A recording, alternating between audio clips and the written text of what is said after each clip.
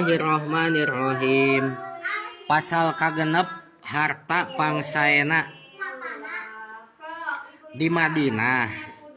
Kacarioskeun aya hiji sahabat Nabi anu seueur harta sareng kebon kormana.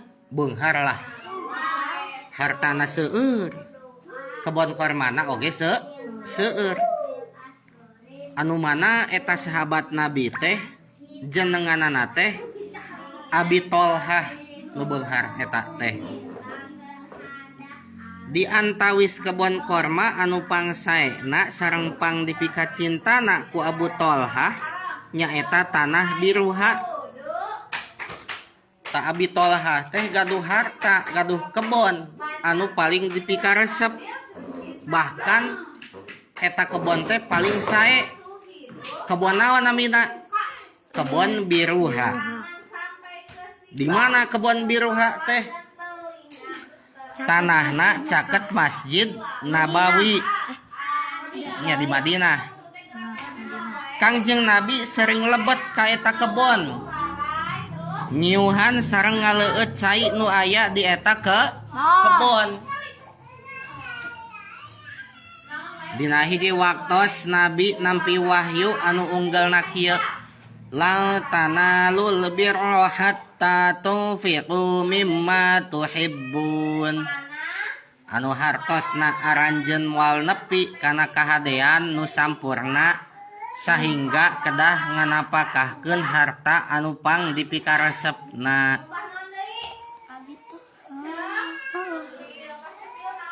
Nah eta wahyu anu lungsur ka Kanjeng Nabi di antawisna eta bahwa aranjeun moal bisa nepi kana kahadean sehingga anjeun teh kedah nganapakahkeun harta anu paling dipika resep.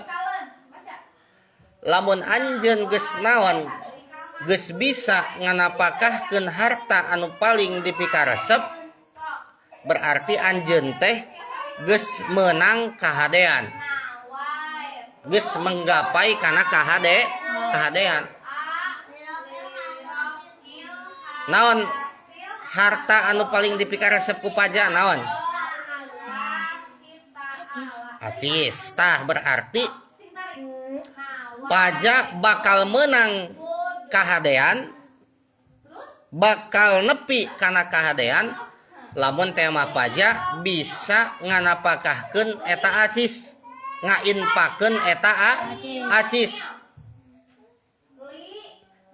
Lain berarti kudu sadayana.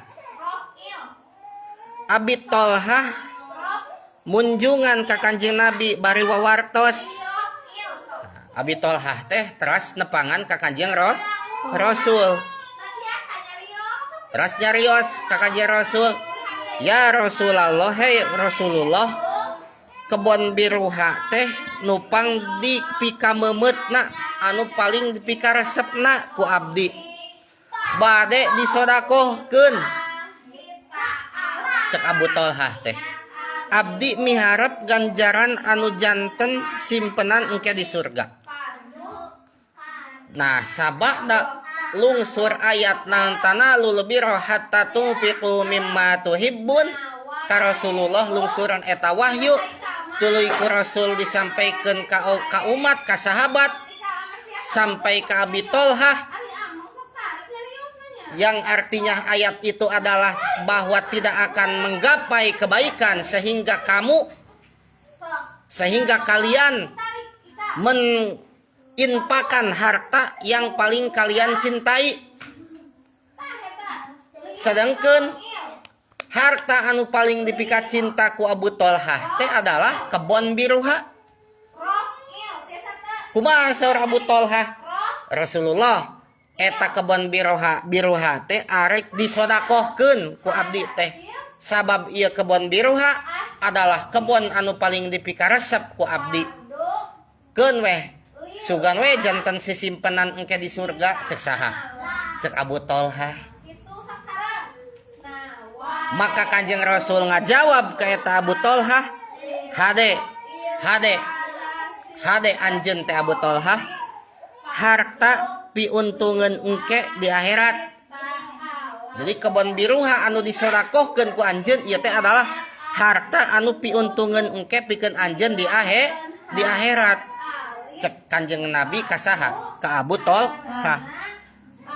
Kanjeng Rasul oge ngajangjikeun ka Abu Thalhah yen engke Abu Thalhah bakal asup ka surga. Alhamdulillah. Jadi harta anu pangsaena teh harta naon? Harta anu paling dipikaresep ku urang tuluy disodakohkeun. Nah eta harta teh adalah harta paling sae keur urang. Naon sababna? Sabab bakal jadi sampeureun engke bakal jadi ganjaran gede di akhirat. Tah itu nu pangsaena ulah mikirkeun ayeuna hungkul ayeuna masa kedeung di dunia mah.